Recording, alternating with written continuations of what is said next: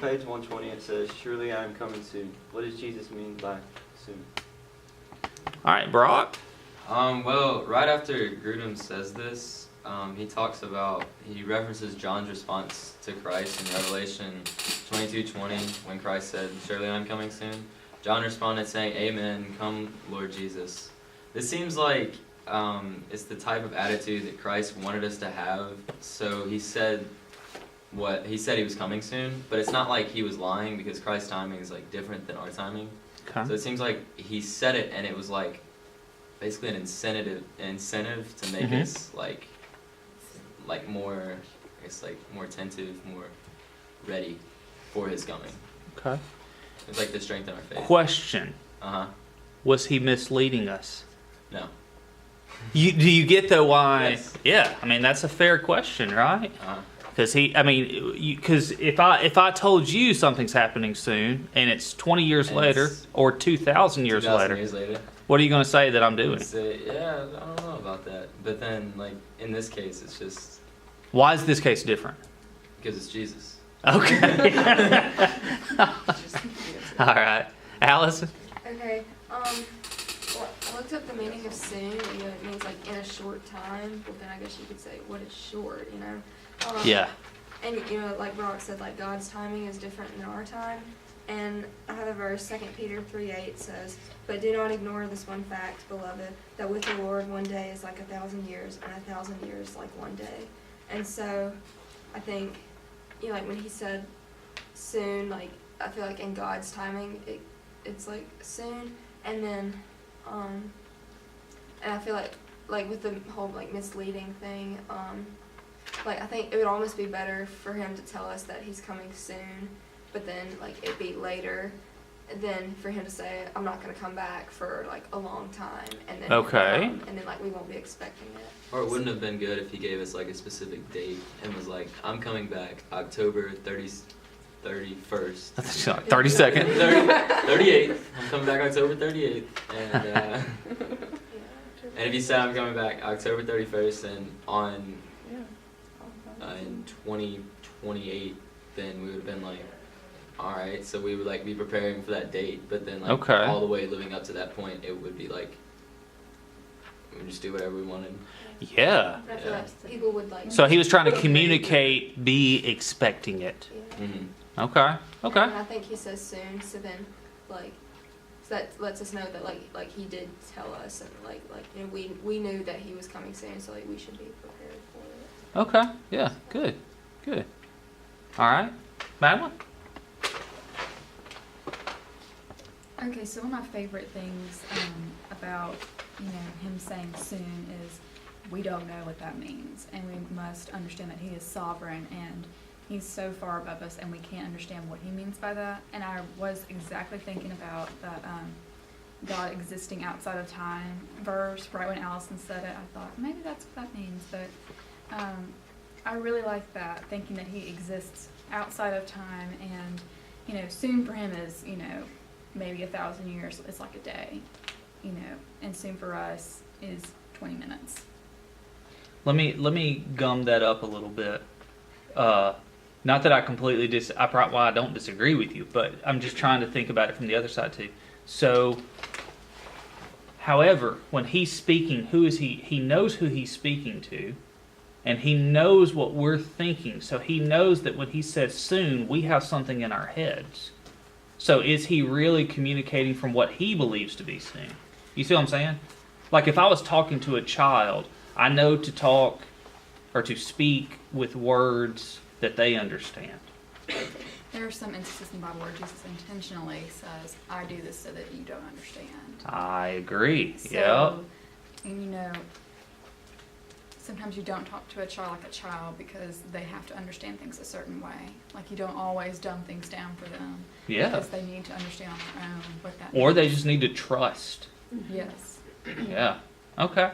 Treat like a child. And one of the verses that I thought of, in the meantime, between now and when he comes back, was in Thessalonians, when Paul is discussing with the brothers what to do, until his return.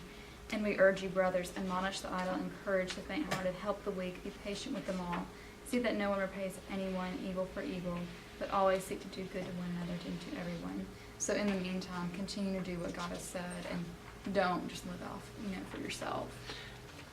On page 120, Grudem writes, while the verses cited above are clear that Christ's return will come at a time that no one knows, other passages in the Bible seem to suggest that certain signs will precede the time of Christ's return.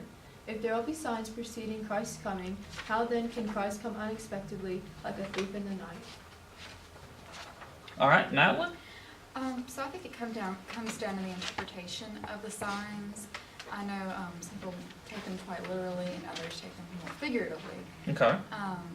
One specific passage I always hear quoted in church that I think is somewhat misinterpreted a little bit is in Matthew 24, 4-7, which says, and Jesus answered them, see that no one leads you astray, for many will come in my name, saying, I am the Christ, and they will lead many astray. And you will hear wars and rumors of wars. See that you are not alarmed, for this must take place, but the end is not yet. I hear all people say, oh, there are wars and rumors of wars. Remember, that's going on right now.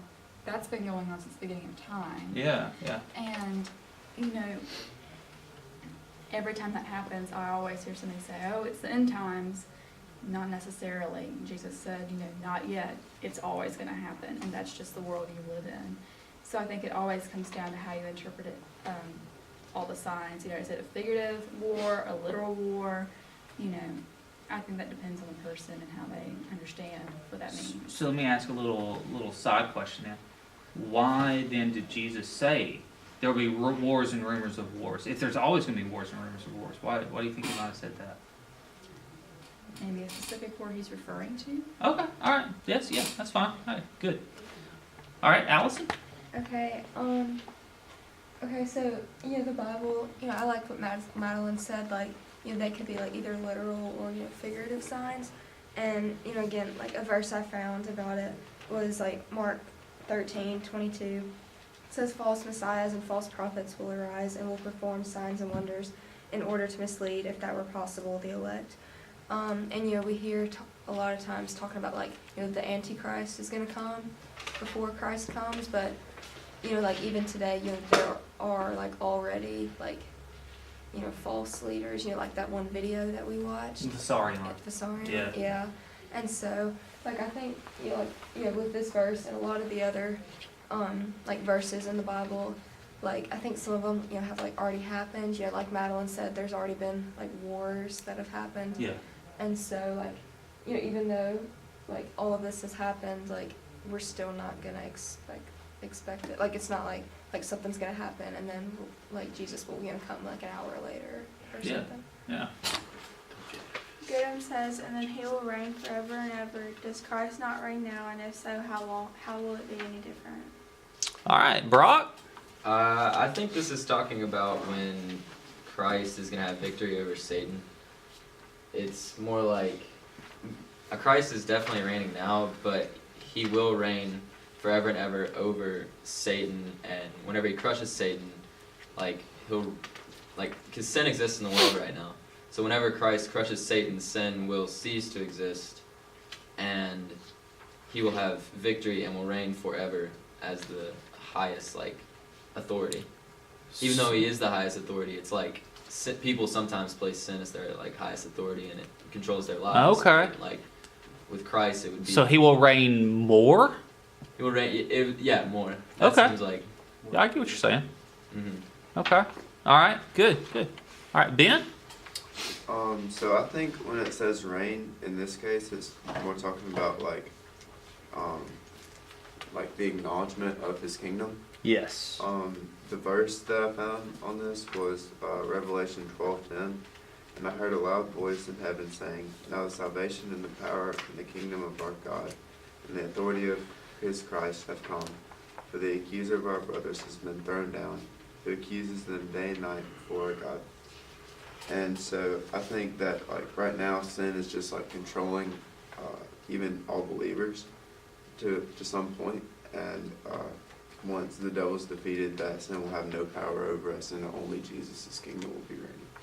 On page 368, Hunson says, the issue of homosexuality is currently the most heated debate in the so-called culture war. Why is this topic such a heated debate?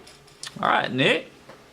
Well, homosexuality is a very heated debate because, for one, it brings religion in, and anytime you bring religion into something, it gets very heated because of the disagreements and the importance of religion.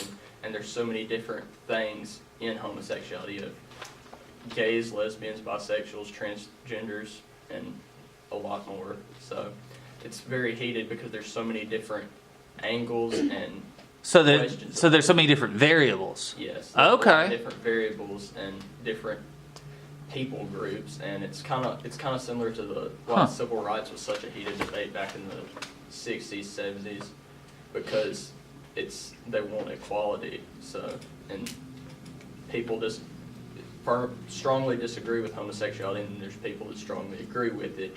So anytime you have two opposite spectrums of an opinion, it'll be heated. Okay, good. First of all, any response to that, what he just said? All right, Chase? Yeah, kind of like what Nick was saying, whenever you have two different ideas, people are going to debate over it and probably get kind of heated about it. But since it's like such in a public light too, with a lot of famous people like celebrities, politicians, etc., like getting involved in it as well, and they influence so many people that they also get in on it, and they may not know everything they need to know to debate on it. So celebrities may not know. No, I mean like the people that follow them. Okay. Celebrities too, but especially those people that just see somebody and say they believe that, so I believe it. Can Christians be guilty of that? Yes. I know that was a leading question, but yeah. Yes. And so when you don't know everything that you need to in order to find the absolute truth, it just doesn't go well. Yeah, good. All right, good. Any response to that? Yeah, Nick? I was going to say, like, the media and celebrities and anybody even in a position of authority, whether it be like a pastor or something, a lot of times people just believe what they say because they believe that they're educated, which is the appeal to authority. Isn't that what it's called? Yeah. So Good for you. People often believe what people that they look up to believe. Like, even parents, a lot of times people have the same beliefs and ideas as their parents and don't think for themselves. And a lot of times the media supports homosexuality, so that could be a factor of why a lot of people do somewhat support it. Yeah, all right, good. Matt, I'm sorry. Yeah, Hunter? It's kind of like what Nick was saying, like, those people, like, when they look towards celebrities, people that are, like, in higher authority, they're using them as role models in their lives. Mm-hmm. And, like, the same as, like, using your parents as a role model in like our lives. If like our parents do something, or like some of us want to do like the same job as our parents when we get older. So yeah, you're using everybody like this over us as role models. Yeah, if they're doing something, we're more than likely to do it. So it's not just children looking for role models. I mean, it's yeah. No, I think you're right. I think adults, people in general, using people over them as role models. Yeah, everyone looks for a role model. Yeah, you're right. Okay, good. Yeah, Matt? I think it's such a heated debate right now because for years and years and years, people just put homosexuality off to the side, like, y'all not important. But what they didn't realize that these are people too. They should be treated like people. I'm not saying it's right because it's wrong, but they should be treated like people.